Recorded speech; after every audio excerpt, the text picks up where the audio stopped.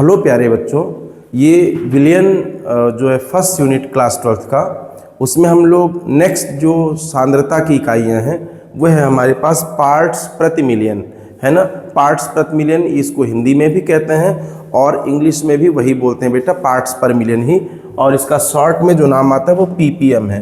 Ppm का मतलब होता है, देखो पहली बात तो मिलियन का मतलब समझना। मिलियन का मतलब होता है बेटा 10 to the power 6, 10 to the power 6, या इसको हम लोग 10 लाख बोल सकते हैं। 1 मिलियन का मतलब होता है 10 लाख। अब चूंकि ये जो सांद्रता की इकाइयां हैं ना, उसमें हम विलेय को बताते हैं, तो कुल मिला के जो विलेय है वो 10 लाख में कितना है, विलेय 10 लाख में कितना है, उसी को हम पीपीएम बोलते हैं। पीपीएम का उपयोग जो है तो हम लोग कहाँ पे करते हैं?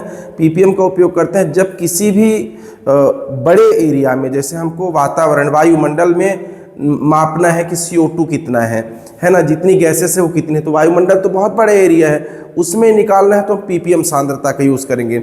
हमको समुद्र के पानी में निकालना है कि कितनी ज़्यादा इसमें जो है तो विलेय पदार्थ की मात्रा है, कार्बोनेट्स कितने हैं, सल्फेट्स कितने हैं, उनको निकालना तो हम पीपीएम, मतलब कुल मिला के जहाँ पे एक बड़े एरिया में कोई भी चीज़ निकालनी होती है विलेय की मात्रा, उसमें हम पीपीएम का उपयोग करते हैं। हम एनसीईआरटी की लाइंस को देखते हैं। एनसीईआरटी की लाइंस है बेटा, पार्ट्स प्रति मिलियन। क्या मतलब होता है? जब विलेय की मात्रा अत्यंत सूक्ष्म हो तो सांद्रता को पार्ट्स प्रति मिलियन में व्यक्त करते हैं, है ना।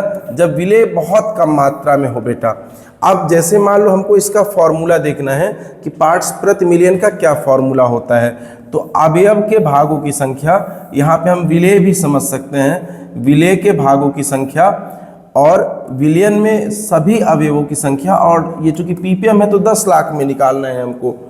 आगे क्या इसमें देखिएगा, प्रतिशत की भांति, जैसे हम प्रतिशतता पढ़ते थे तो प्रतिशतता में हमारे पास रहता था बेटा W/W, है ना, द्रव्यमान प्रतिशतता, या बेटा आयतन प्रतिशतता, द्रव्यमान आयतन प्रतिशतता। वैसे ही पीपीएम को भी हम लोग बोल सकते हैं कि मतलब द्रव्यमान पीपीएम, जिसमें हमको विलेय भी ग्राम में होगा, विलेय भी ग्राम में होगा हमारे पास, और ये भी ग्राम में होगा। इसको हम द्रव्यमान प्रतिशतता बोल सकते हैं, और 10 लाख में तो निकालना ही है। आगे देखते हैं, एक सैंपल लिया गया 1 लीटर, और 1 लीटर में बेटा जो 10 है ना 1030 ग्राम समुद्री जल में, समुद्री जल उतना लिया गया। ऑक्सीजन जो निकाला गया वो इतना निकाला गया, 6 × 10⁻³ उस 10,000 या 1030 ग्राम में ऑक्सीजन इतनी थी।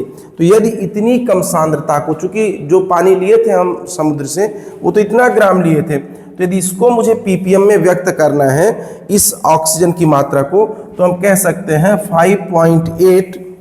5.8 ग्राम होगा ऑक्सीजन, किसमें 10⁻6 ग्राम में। मतलब टोटल जो हमारे पास है बेटा वो 1 मिलियन हो गया। 1 मिलियन में हमारे पास सिर्फ इतना है, 5.8 पीपीएम हम बोल सकते हैं ऑक्सीजन है उतने में।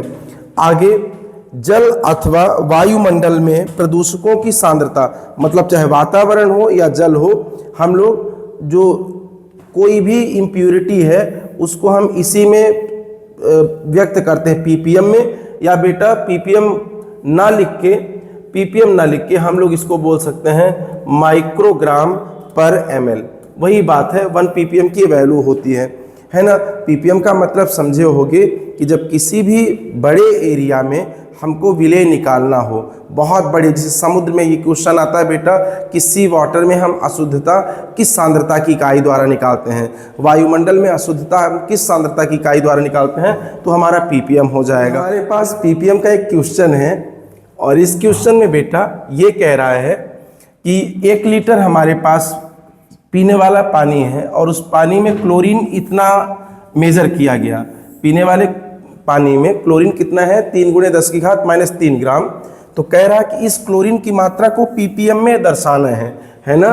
पेयजल के 1 लीटर के नमूने में क्लोरीन इतना पाया गया है, तो क्लोरीन की सांद्रता को पीपीएम में बताना है।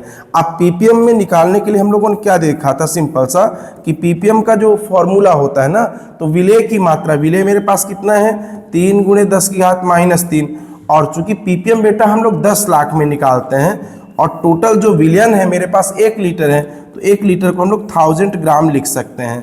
क्या लिख सकते हैं? 1000 ग्राम। यहाँ पे भी ग्राम बेटा, ये भी ग्राम में है, ये पूरे कैंसिल हो जाएंगे, ये 3 जीरो इसके 3 जीरो से कैंसिल हो जाएंगे, ये -3 में है, ये +3 में, ये कैंसिल हो जाएगा, टोटल सिर्फ 3 बचेगा।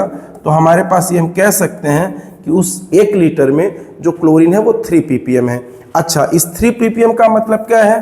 तुमने कहा कि 3 ग्राम, 3 ppm का मतलब हो गया बेटा 3 ग्राम है हमारे पास, 3 ग्राम किसमें? 10 लाख में, 1 मिलियन में, चाहे 1 मिलियन बोलो बेटा, चाहे 10 लाख बोल दो। सेम एज मान लो 7 ppm कहीं पे लिखा हुआ है, 7 ppm, इसका मतलब क्या हो जाएगा? तुम लिखा 7 ग्राम हमारे पास, कोई भी विलेय हो गया है ना, विलेय का कुछ भी नाम हो सकता है बेटा, कोई भी विलेय 7 ग्राम है, किसमें? तुमने कहा 1 मिलियन, चूंकि ये पार्ट्स पर का मतलब होता है बेटा मिलियन, मिलियन, और मिलियन लिखो चाहे उसको 10 लाख कह दो, ठीक है।